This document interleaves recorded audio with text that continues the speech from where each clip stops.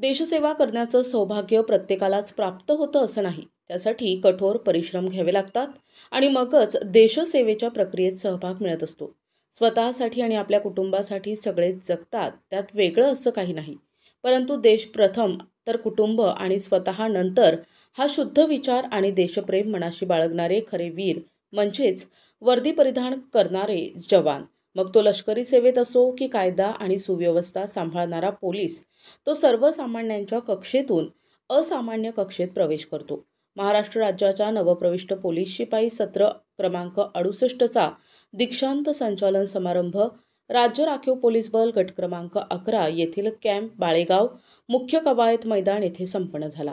राज्य राखीव पोलीस बल गट क्रमांक 8 गोरेगाव आणि गट क्रमांक 6 धुळे यांचा दीक्षांत संचालन समारंभात सहभाग होता. या प्रसंगी नवप्रविष्ट पोलिसांनी शपथ ग्रहण करत देशसेवेसाठी सदैव तत्पर आणि कर्तव्याचे प्रामाणिक पालन करण्याचा संकल्प केला.